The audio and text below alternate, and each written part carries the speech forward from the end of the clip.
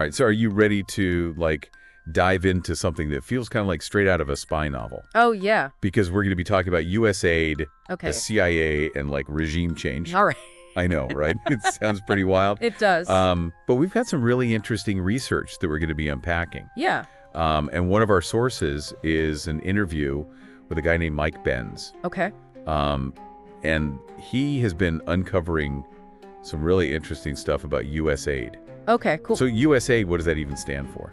It stands for the Agency for International Development. Okay. And I think, like, the name itself is kind of a camouflage. Oh, really? Because it really focuses on development, which leads a lot of people to think, oh, this is just humanitarian work. Right, like building schools and... Yeah, providing clean water, things like that. Makes sense, yeah. But in actuality, USAID plays a major role in U.S. foreign policy. Wow. And to really drive that point home, their budget is 3 times larger than the CIA's. Hold on, 3 times bigger than the CIA? Yeah. That's insane. It's massive. So is this like developing strategies to influence other countries? Yeah, I think so. Okay. And, to really understand how this works, I think we need to talk about the blob. The blob. Okay, now you've really got my attention. What is that? So the blob is this massive interconnected network of government agencies, NGOs, corporations, and even media outlets. Wow. They all work together, often behind the scenes, to shape U.S. foreign policy and achieve goals around the world. So it's like this powerful force that's operating in the shadows, pulling the strings. Pretty much, yeah. And USAID is right in the middle of it. They're a key player, a very flexible and often covert arm of the blob. They can fund projects, channel money, and influence events in ways that traditional diplomacy can't. Okay, so this is starting to feel like a real-life conspiracy thriller. Oh, yeah. Can you give us a specific example of how USAID might be used to influence a country's political landscape? Absolutely. Let's take a look at the recent canceled election in Romania. Okay. So the U.S. has been pouring resources into building a massive NATO base there. Right, I remember that. It's a very clear strategic move to counter Russian influence in the region. Yeah, that's been all over the news. So how does USAID fit into this? Well, when things don't go their way, and I mean by their way an election that doesn't produce the outcome they were looking for, Yeah. the blob can use USAID to apply pressure and destabilize the situation. Wait, destabilize, so like creating chaos and unrest. It can definitely head in that direction for sure. Wow. One of the tactics they use is called civil military operations. Okay. So basically it means influencing civilian populations alongside military actions. So it's a two-pronged approach. You've got the military might, but you're also trying to win over the hearts and minds of the people. Right. It's about shaping public opinion and using that to influence the political landscape. So it's not just about sending in tanks and troops. It's about creating the conditions for regime change. You've got it. By like planting the seeds and letting things unfold. Exactly. And sometimes they might even resort to rent-a-riot tactics. Rent-a-riot? What does that even mean? I know it's a provocative term, but it refers to the potential for USAID and other blob entities to stir up protests and unrest. Wow. Creating a sense of instability that can be used to justify further intervention or pressure the government to make changes. So are you saying they actually orchestrate protests? It's not always black and white, but the potential is definitely there. Yeah. They can channel money to groups that organize protests, provide training on how to mobilize people, and even amplify those protests through media outlets they support. So it's about creating a climate of dissent. Yes. That can then be used to their advantage. You got it. Wow, so this is getting really complicated. Yeah. But it definitely explains how USAID can play a key role in pushing for regime change, even if they're not directly overthrowing governments. It's a complex game of influence and manipulation, and it gets even more unsettling when we look at how USAID uses the media to shape narratives. Okay, so let's talk about that. How exactly does USAID manipulate the media? Well, it's really about controlling the narrative, and like shaping what people see and hear. And did you know that something like 90% of media outlets in Ukraine are funded by the U.S. government? 90%? You're kidding, right? No, I'm serious. That's crazy. So it's like they're just creating this echo chamber where you only hear certain viewpoints. Exactly, and USAID plays a big part in this by funneling money to these quote-unquote independent media outlets. But it's clear that funding comes with strings attached. Right, so it's like this modern version of propaganda, but it's dressed up as like objective news. Totally, and some people even call it the USAID Truman Show. Okay, I kind of see that. Yeah, like they're carefully crafting this reality that benefits them. And it's not even just about promoting like pro-US stuff. They also fund investigative journalism groups, like the Organized Crime and Corruption Reporting Project, OCCRP. Yeah, I've heard of them. They've done some really good work exposing corruption around the world. So what's the problem with USAID funding them? Well, I mean, transparency is key, right? And when the funding comes from an organization that has a clear agenda, like it raises questions about bias and the possibility of manipulation. Right, so they could be doing good work, but they could also be used to, like, target political opponents or discredit people who challenge U.S. interests. Exactly. It's like a double-edged sword. Exposing corruption is a good thing, but it depends who's holding the sword and what their motives are. That's a really good point. And, like, the scary thing is that this manipulation, it could actually come back and affect U.S. politics and society too, right? Absolutely. It's all connected. Remember the Smith-Mundt Act? Yeah, vaguely. It was supposed to prevent the U.S. government from using propaganda on its own citizens. Right. But over time, it's been weakened, and the lines between foreign and domestic operations have really blurred. So are you saying that the things they're doing overseas could easily be used here in the U.S.? It's a dangerous, slippery slope. If they can influence media and events overseas, what's to stop them from trying it in their own backyard?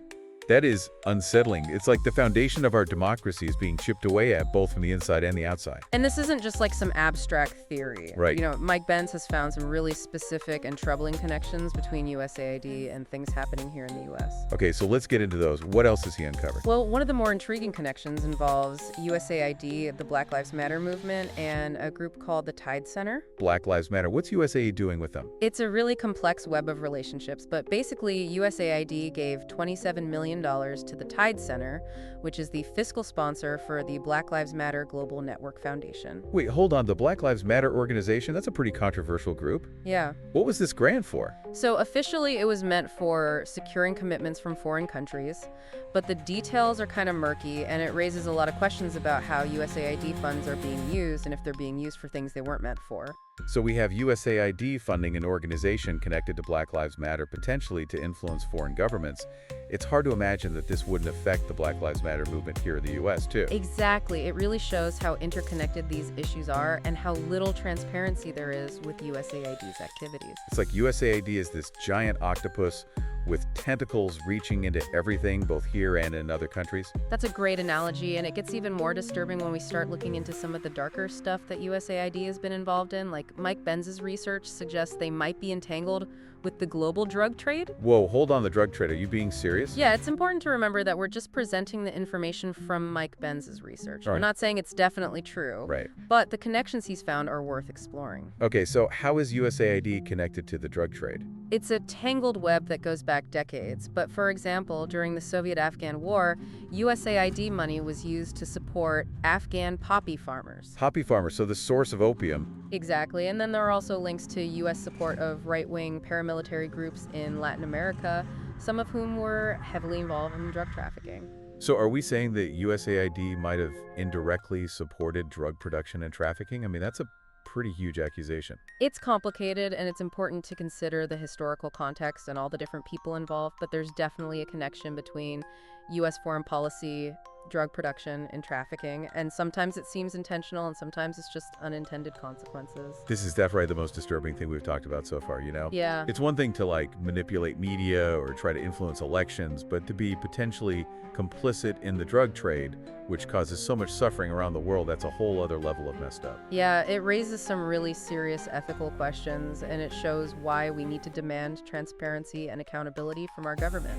My head is spinning. You know, we started with USAID as this, like, benevolent aid organization, and now it's this shadowy force that might be manipulating governments, controlling media, and even profiting from the drug trade. It's hard to wrap my head around it all. It's a lot to take in, but it's so important to understand how complex USAID is and the role it plays in U.S. foreign policy. It's not just about humanitarian aid, it's about power influence and achieving strategic goals, sometimes at any cost.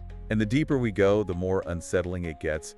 What else is there to uncover about USA's activities? Wow. I mean, honestly, like, after going so deep into the dark side of USAID, I'm kind of feeling a little overwhelmed. Yeah. But I also feel kind of fired up to, like, actually do something about it, you know? I hear you. So where do we even go from here? How do we even begin to challenge this system that's, like, so massive and so entrenched? It's definitely a tough one, but I don't think it's impossible. The first step is pretty simple. We just need to shine a light on all this shady stuff. Right, no more secrets. Exactly. No more hiding behind classified documents and secret budgets. Like, we need to know where our tax dollars are going and what they're being used for. Right. A push for stricter oversight of USAID's funding and its operation. Yeah. Support organizations that are actually do the hard work of investigating and exposing all these connections. The more we know, the more power we have to act. I think a lot of people just feel really disillusioned with politics. I think they feel like their voice doesn't even matter. I get that. But this really shows us that we can't just sit back and watch. We have to get informed. We have to get engaged, and we have to make our voices heard. Absolutely. We need to take back our power. As citizens, contact your representatives, demand investigations, let them know you're paying attention. And it's not just about putting pressure on politicians. We have to challenge the stories the media is telling us as well. Right on. That's so important. Don't just believe everything you hear from the mainstream media outlets, especially when you consider that a lot of them might be getting money from USAID. We need to learn to be skeptical about the information we're given. Yeah, Pick out other sources, do our own research, and question everything. Exactly. Think for yourself, and don't be afraid to have tough conversations, even if they make people uncomfortable. And that's actually where social media can be helpful. Oh, yeah, for sure. Even with all the censorship and all the manipulation, it's still a way to connect with others, share information, and spread the truth. Yeah. Use your platform, whatever it is, to raise awareness and challenge the status quo. I think that's a really important point. It is. This whole deep dive has been about connecting the dots between USAID, the CIA, and regime change. Right.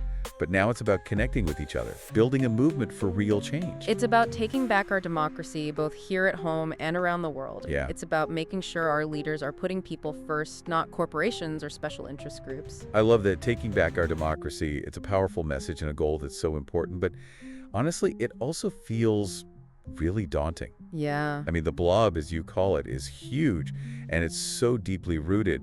It won't be easy, that's for sure, but we can't lose hope. We have to stay aware, stay involved, and keep asking questions, Yeah. The future of our democracy depends on it. Well said. On that note, I think it's time to wrap up this deep dive into the world of USAID. Yeah. It's definitely been a wild ride with a lot of twists and turns, and I think we've all learned a lot. Yeah, it's been eye-opening, and hopefully our listeners are inspired to think critically and take action. Thanks for joining us on this deep dive. Yeah, thanks for listening. We'll be back soon with another episode that's sure to make you think. Yeah.